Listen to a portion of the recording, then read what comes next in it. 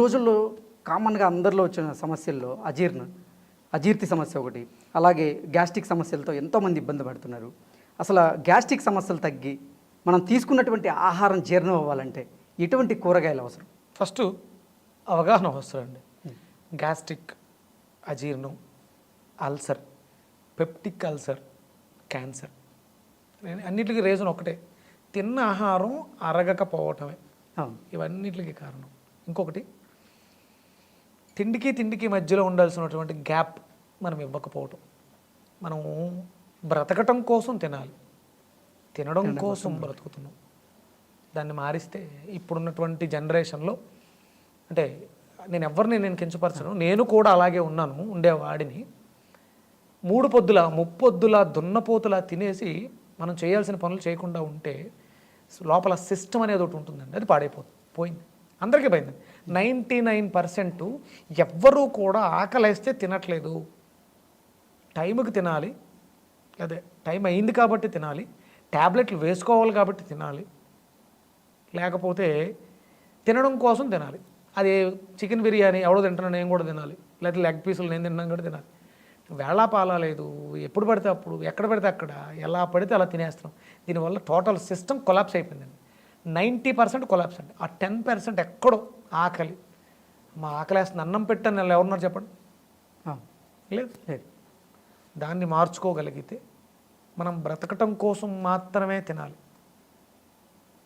ఈ gas, ulcer, peptic ulcer, cancers దానివల్ల వస్తుంది. సరే, చేసేసిన తప్పులు చేసేసాం, బాగు చేసుకుందాం కదా.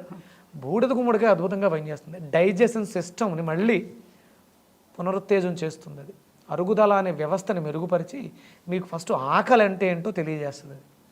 ఓకే, ఆకలి అంటే ఏంటో తెలిస్తే తిన్నది మిక్సీలో వేసి కొట్టినట్టు కొట్టి అవతల వాడేస్తుంది. ఇక్కడ మనం ఫస్ట్ గుర్తుపెట్టుకోవాల్సింది ఏంటంటే బ్రతకటం కోసం తినాలి, ఎప్పుడు పడితే అప్పుడు తినకూడదు. సూర్యోదయం సూర్యాస్తమయం మధ్యలో 1 మీల్ ఎనఫ్ జీవితానికి. తినకపోతే ఏమీ కాదండి, ఏమీ కాదు. తినకపోతే ఏదైనా సమస్య వస్తుంది అనుకుంటే తినడం వల్ల మాత్రమే వస్తుంది. ఇంతగా పూర్వకాలంలో యోగులు తీసుకున్నట్లయితే ఒక్క పూట భోజనం చేసి మొత్తం వాళ్ళ జీవితాన్ని గడిపేసేవాళ్ళు. ఇప్పుడు మనం ఏదో 3 పూట్ల ఇంకొక స్నాక్ పేరుతో 5 పూట్ల కూడా తింటాం. దానికి కూడా సామెతోడు చెప్పారు, ఒకసారి తింటే యోగి, 2 సార్లు తింటే భోగి, 3 సార్లు తింటే రోగి, ఇక తర్వాత 4, 5 ఏంటో మీరే ఆలోచించుకోవాలి. చాలా పెద్ద వాళ్ళని కూడా చూశానండి, అంటే అలవాటు పడిపోయి ఉన్నాం. అంటే నాసిరకం పదార్థాలు, లేకపోతే నాసిరకమైన, అంటే క్వాలిటీ ఆఫ్ ఫుడ్ ఈటింగ్, క్వాలిటీని చూడట్లేదు, క్వాంటిటీని చూస్తున్నాం ఇక్కడ. దానివల్ల ఏమవుతుందంటే మన లైఫ్లో క్వాలిటీని మిస్ అయ్యాం. సింహం ఆకలేస్తే దాని ఎదురుగుండా నచ్చిన జంతువును మాత్రమే తీస్తుంది. బ్రతకాలి కాబట్టి తింటుంది, తినడం కోసం బ్రతకదు. అది ఏది పడితే అది తినదు. సింహంలాగే బ్రతుకుతుంది. మనం అలా బ్రతకట్లేదు. ఏది పడితే అది, ఎక్కడ పడితే అక్కడ, ఎప్పుడు పడితే అప్పుడు సిస్టమ్. మీరు ఒకసారి అది భోజనం చేసేస్తే, కడుపు నిండితే దాని దగ్గరికి వెళ్ళి నిలబడినా సరే అది ఏమీ చేయదు. ఆకలి వేస్తే మాత్రమే అది చంపి తింటుంది. అలా అని మళ్ళీ రేపటి కోసం దాచుకోవాలి. క్వాలిటీ సింహంలా బ్రతకాలి తిండి విషయంలో. ఒక్కసారి తింటే సరిపోతుందండి, జీవితం చాలా హ్యాపీగా ఉంటుంది.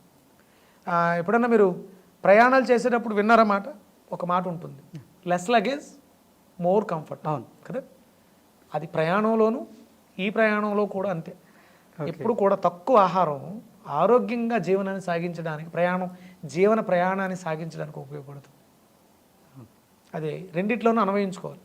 తక్కువ లగేజ్ని అనుకుంటే, ఇప్పుడు నేను మానస సరోవర యాత్ర వెళ్తున్నాను, మాకు తీసుకెళ్ళే వాళ్ళు ఇన్స్ట్రక్షన్స్ ఇస్తూ ఉంటారు, less luggage more comfort. Yes, కరెక్టేనమ్మా. అందుకని ఏంటంటే ఇప్పుడు ఒక పదార్థాన్ని తయారు చేసుకుని అమృతాహారం, ఉదయం మధ్యాహ్నం సాయంత్రం అమృతాహారమే. అంటే అక్కడ మనకు కావాల్సింది కేవలం ఎనర్జీ మాత్రమే, స్వామి దగ్గరికి వెళ్ళటానికి. అంటే ప్రోటీన్ అధికంగా తినేస్తే అసలు వెళ్ళలేము ఆయన దగ్గరికి. అంటే ప్రోటీన్ కావాలని మేకమాంసం, ఇంకా మీరు పర్వతారోహణ చేయిస్తారు మాతోటి అని చెప్పేసి కేజీలు మటన్ చికెన్ తింటే వెళ్ళలేము. అందుకని ఏంటంటే దానికి ఒక అమృతాహారం అని ఒక పేరు పెట్టి ఒక పదార్థాన్ని చెప్తున్నారు. ఉదయం మధ్యాహ్నం సాయంత్రం దాన్ని మాత్రమే తీసుకుంటే చాలా తేలికగా స్వామివారి దగ్గరికి వెళ్ళడం జరుగుతుంది. ఓకే, అంటే నేను దానికోసం అని చెప్పట్లేదు, నిజ జీవితంలో కూడా ప్రయాణం సుఖమంగా సాగాలి అన్నప్పుడు ఎప్పుడు ఎంత తక్కువ తీసుకుంటే అంత ఆరోగ్యంగా ఉంటుంది. ఓకే, అంటే ప్రయాణం అంటే గుర్తొచ్చింది, మీరు గురువు ట్రైన్లో ట్రావెల్లో వెళ్ళేటప్పుడు చూడండి, ఏదో తింటూనే ఉంటాం. అవును. ట్రైన్ వెళ్తూ ఉంటుంది, వాడు వస్తూ ఉంటాడు, సమోసాలు తింటూనే అండి. ఉంటాం. ట్రైన్ దిగే లోపు ఏదో అయిపోద్ది అవును. అన్నట్టుగానే తింటాం. ఇప్పుడు కూడా మీరు ఎంత తక్కువ తింటే మీ శరీరంలో ఆ జీర్ణ వ్యవస్థ అద్భుతంగా పనిచేస్తుంది. వ్యవస్థను పాడు చేసేసి జింటాక్లు, ర్యాంటాక్లు, ఈనో ప్యాకెట్లు ఇవి వేసుకోవాల్సి వస్తుంది. తక్కువ తినండి, ఆరోగ్యంగా ఉంటారు. ఆకలి వేస్తే భోజనం చేయండి, ఆకలి లేకపోతే చేయొద్దు. ఓకే గురువుగారు, ఈ బూడిద గుమ్మడికాయ జ్యూస్ని ఎలా తీసుకోవాలి, ఏ టైంలో తీసుకుంటే మంచిది? బూడిద గుమ్మడికాయకి ఉదయం మధ్యాహ్నం మంచి సమయం. ఎందుకంటే ఆహారం తీసుకోవడానికి అనువైన సమయాలు అవే. ఓకే. మిగతా సమయాలు ఎక్కడ కూడా శాస్త్రంలో భోజనం చేయడానికి అర్హత లేదు. అంటే మధ్యాహ్నం తర్వాత భోజనం చేయకూడదు.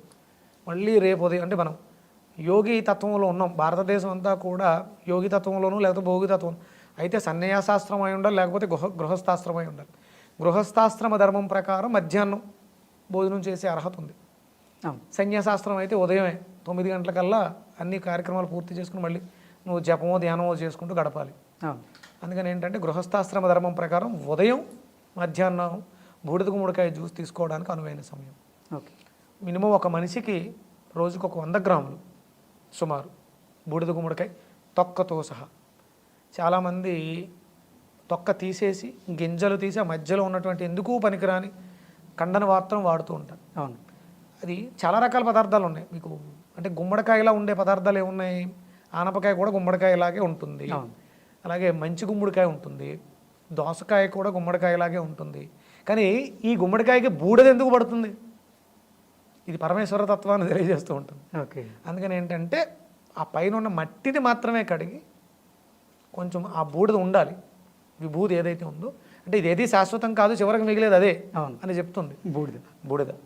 అది అంటే మనం కొంచెం హార్డ్గా అనిపిస్తుంది. విభూతి, బూడిద గుమ్మడికాయలో ఉన్నటువంటి ఆ విభూతి కూడా మనకి ఉపయోగపడుతుంది. కాబట్టి లైట్గా మట్టిని మాత్రమే కడిగి చిన్న చిన్న ముక్కల కింద కట్ చేసి, అనువైన సమయం కూడా ఉదయం మధ్యాహ్నం ఎందుకు చెప్పామంటే ఇది విపరీతమైనటువంటి చలవ చేస్తుంది. అందుకని శీతాకాలం వానాకాలం తీసుకోవాల్సి వస్తే ఒకవేళ అజీర్తి సమస్యలతో దాన్ని కొంచెంగా వేడి చేసి లేకపోతే ఆవిరి పట్టి తీసుకోవాలి. ఓకే. మిగతా రోజుల్లో అంటే ఆ జలుబు సమస్యలు లేని వాళ్ళకి ఎప్పుడు తీసుకున్నా పర్వాలేదు.